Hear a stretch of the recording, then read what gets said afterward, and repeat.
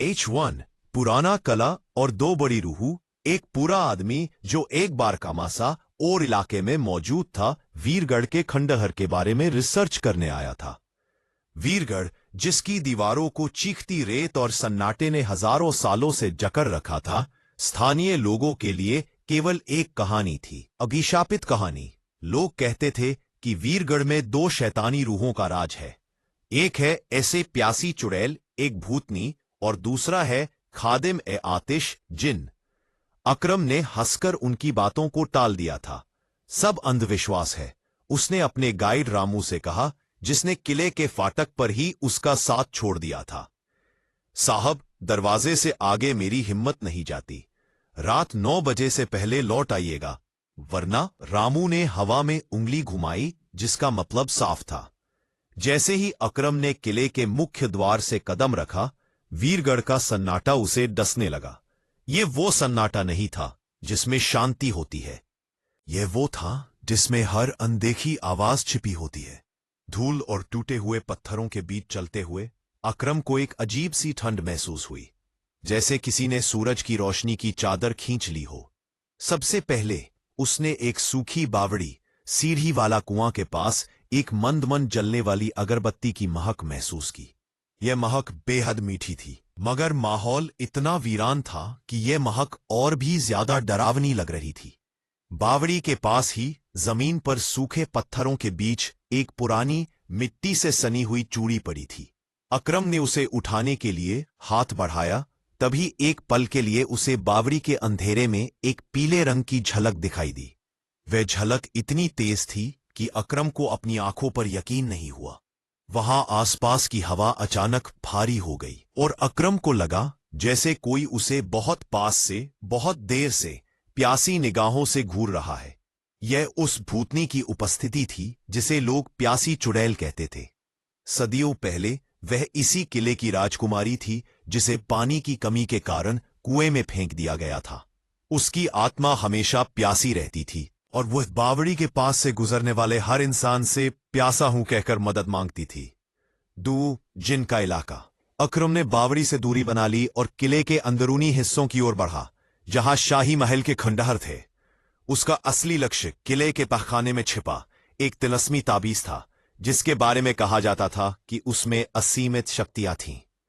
खंडहरों से होते हुए वह महल के सबसे पुराने हिस्से तक पहुंच गया, एक ऐसा कमरा जहां की हवा में सल्फर और गरम राख की गंध थी।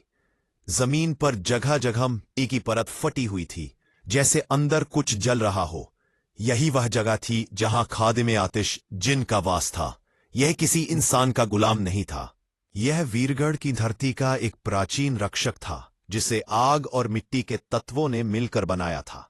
यह किसी को तब तक नुकसान नहीं पहुंचाता था जब तक उसके इलाके को छेड़ा ना जाए। अकरम ने एक पुरानी सीढ़ी की खोज की जो तहखाने में जाती थी। जैसे ही उसने पहला कदम रखा, जमीन थरथरा उठी।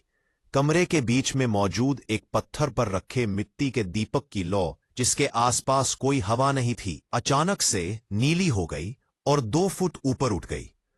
अकरम ने अपनी टॉर्च नीचे की और जो देखा उससे उसकी हिम्मत जवाब दे गई। पत्थरों के बीच से धीरे धीरे गहरे धुएं का एक स्तंभ उठना शुरू हुआ। धुएं के उस स्तंभ ने जल्द ही एक भयानक, विशालकाय आकार ले लिया। उसके हाथ पांव स्पष्ट नहीं थे, पर उसकी आंखें कोयले की तरह दहक रही थीं और उसके मुंह से भयानक, गहरी फुसफुसाहट निकल रही थी। यहां से वापस जाओ, यह इलाका तेरा नहीं है। आवाज ऐसी थी जैसे धरती के अंदर से हजारों पत्थर एक साथ रगड़ खा रहे हों। रूहों की लड़ाई, महासंग्राम। अकरम डर के मारे कांप गया। उसकी जुबान सूख गई थी। उसने भागने की कोशिश की, लेकिन जिन की उपस्थिति इतनी शक्तिशाली थी कि वह जमीन पर जम गया।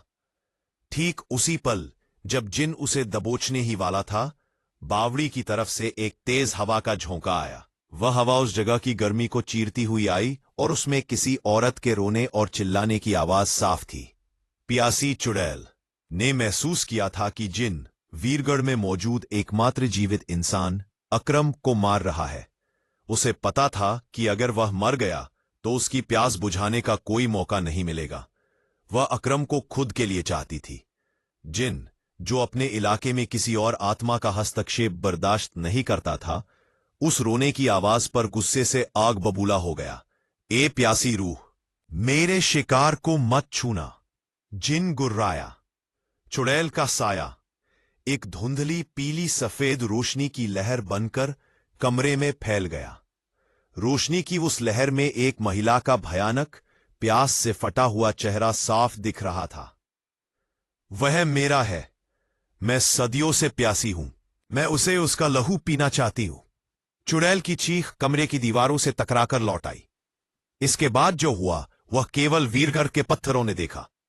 जिन क्रोधित होकर अपने धुएं वाले शरीर से आग की लपटें फेंकने लगा। चुड़ैल का साया उन लपटों के बीच से गुजरा और जिन के सीने पर अपनी लंबी, नुकीली उंगलियों से हमला करने की कोशिश की। जिन के शरीर पर जहां भी चुड़ैल का हाथ लगा, वहां से स्ट्रॉन्ग सल्फर का धुआं और भी तेजी से निकला। दोनों रूहें भयानक अदृश्य शक्ति के साथ एक दूसरे से भिड़ गईं। पत्थर उखड़ रहे थे, जमीन फट रही थी और अकरम उन दोनों के बीच एक निर्जीव गुड़िया की तरह फंस गया था। उसका कान फटने लगा। उसकी आंखों के सामने लाल और नीले रंग की रोशनी का तूफान चल रहा था। कि भागना और नतीजा 1000। अकरम जानता था कि अगर ये लड़ाई कुछ देर और चली तो उसके शरीर के टुकड़े टुकड़े हो जाएंगे। दोनों ही शक्तियां उसे खत्म करना चाहती थीं। उसे बाबड़ी की चूड़ी याद आई। उस चूड़ी में उस भूतनी की कुछ शक्ति जरूर थी। उसने अपनी पूरी ताकत लगाकर चूड़ी को जोर से जिन की तरफ फेंक दिया, जहां उसकी दहकती आंखें थीं। जैसे ही चूड़ी जिन के धुएं वाले शरीर से टकराई, एक सिर्फ हुआ। यह कोई धमाका नहीं था, बल्कि एक आत्मिक झटका था। जिनका ध्यान एक पल के लिए भंग हुआ और वह गुस्से में चीखता हुआ जमीन के अंदर वापस समा गया। जिन के गायब होते ही चुड़ैल का साया तेजी से अकरम की ओर बढ़ा। अब तू मेरा है, मेरी प्यास बुझा अकरम। परंतु अकरम ने उस एक पल का फायदा उठाया और बेतहाशा सीढ़ियों पर दौड़ पड़ा। उसने मुड़कर नहीं देखा। महल के फाटक, बावड़ी और वीरगढ़ के सन्नाटे को पार करते हुए वह किले से बाहर निकल भागा। जब वह रामू के पास पहुंचा तो वह बुरी तरह हाफ रहा था। उसकी टी शर्ट फटी हुई थी, उसके बाल खड़े थे और उसकी आंखें सदमे से चौड़ी थी।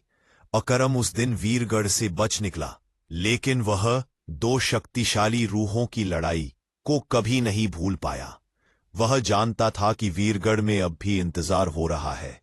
एक प्यासी चुड़ैल का इंतजार और एक इलाके के मालिक जिन्न का इंतजार, और उन दोनों के बीच की न खत्म होने वाली भयानक जंग का इंतजार।